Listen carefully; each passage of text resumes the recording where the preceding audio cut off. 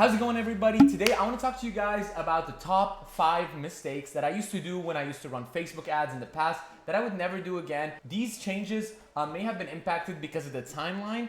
However, without further ado, let's just hop into it, talk about them, and then get you guys' opinion down in the comments below. The number one biggest mistake that I used to do is overcomplicate the targeting.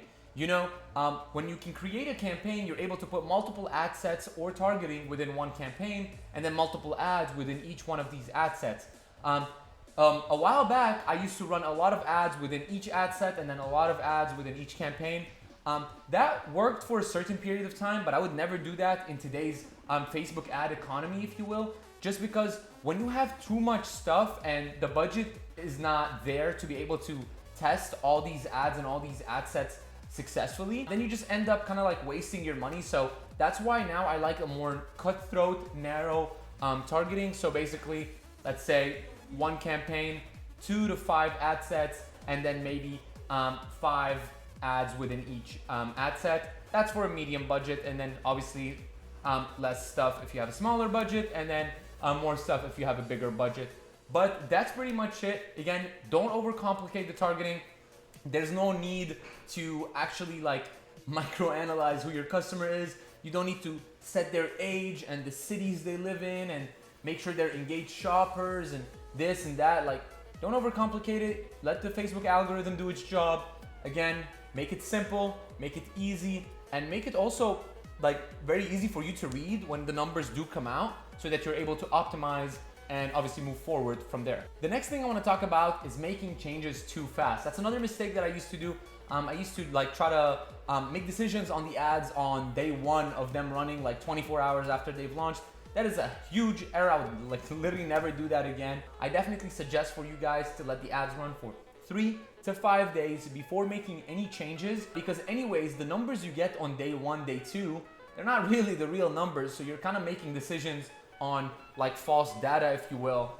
Let the ads learn, let them actually integrate and try to find your proper audience, because if you're too impatient, guess what? Facebook is not for the short term.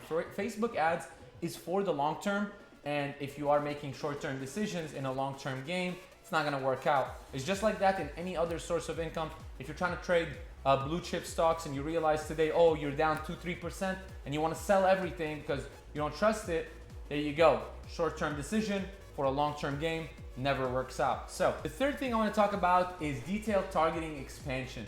I used to be a firm believer that this is not something that you want on ever, because it expands your audience beyond what you selected.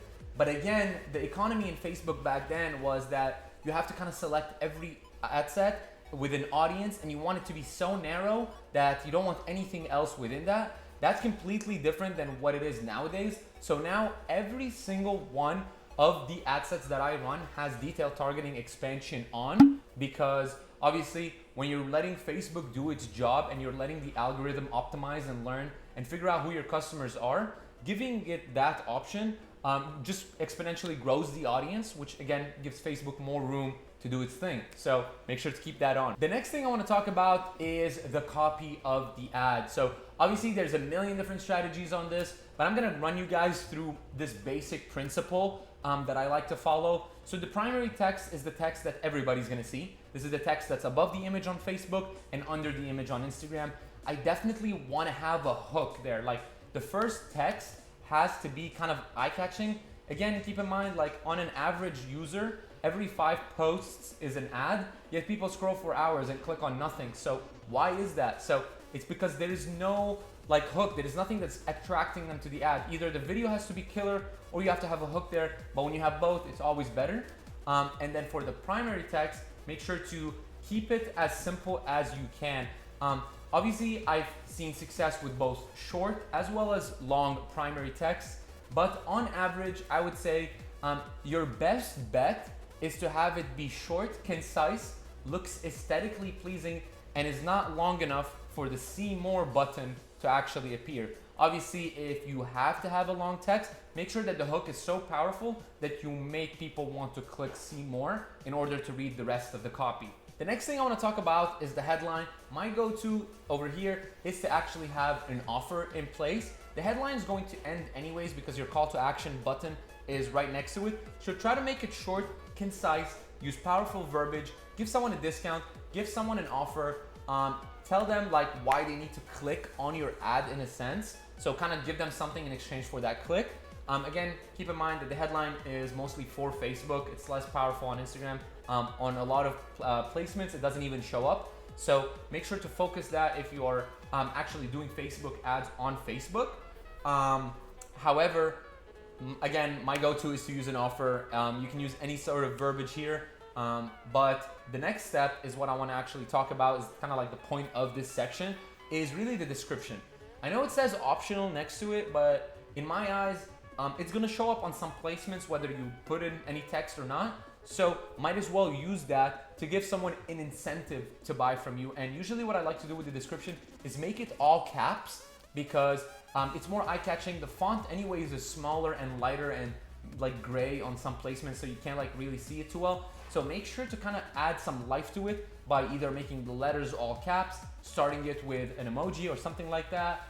And here, my go-to is kind of to mention the fact that free shipping is available, or free something, or just kind of like a last little push in order for someone to actually click on your ad. The next thing I want to talk about is the call to action. Selecting the wrong call to action might be devastating for your ad, because again, call to actions are on every ad, so people are kind of used to seeing ads nowadays. So if you give a wrong call to action, or maybe one that doesn't match your ad, people might look at it as kind of like weird or sketchy, or not want to click on the ad just because either they feel like it doesn't fit, or it's just like weird to see on your like placements. So for example, using a call to action like sign up, I found like this is like not a very good call to action. Obviously, I'm not saying it is 100% unsuccessful. I'm sure that if some people use the sign up call to action, it might do well for them. However, in my experience, it's very simple. If you're doing lead gen, just do learn more. If you're doing messages, you can use learn more or get messages. And if you're doing online sales, one of three does well, and it's mostly two of them really. So it's the shop now, learn more. Also, get offer does well for some people, obviously, if you do have an offer in your ad.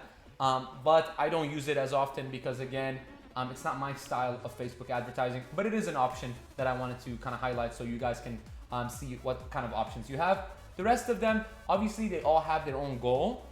So if you feel like it matches your ad, give it a shot. But I think learn more is powerful for every type of ad. So, and it's what people are used to seeing the most. So people kind of like tend to be attracted to things they feel more comfortable with. So if you feel like you have another call to action that you want to test it against learn more, see how they do. Obviously, if yours does better, focus on that. And if learn more does better, then focus on that. That's pretty much it for this video. I hope you learned something about my previous ad mistakes that you can kind of take and basically learn from and apply onto your own business today. And if you feel like this video was beneficial for you, feel free to drop us a like, subscribe, comment your thoughts. It does help us with the algorithm, and I'll definitely see you guys on the next one.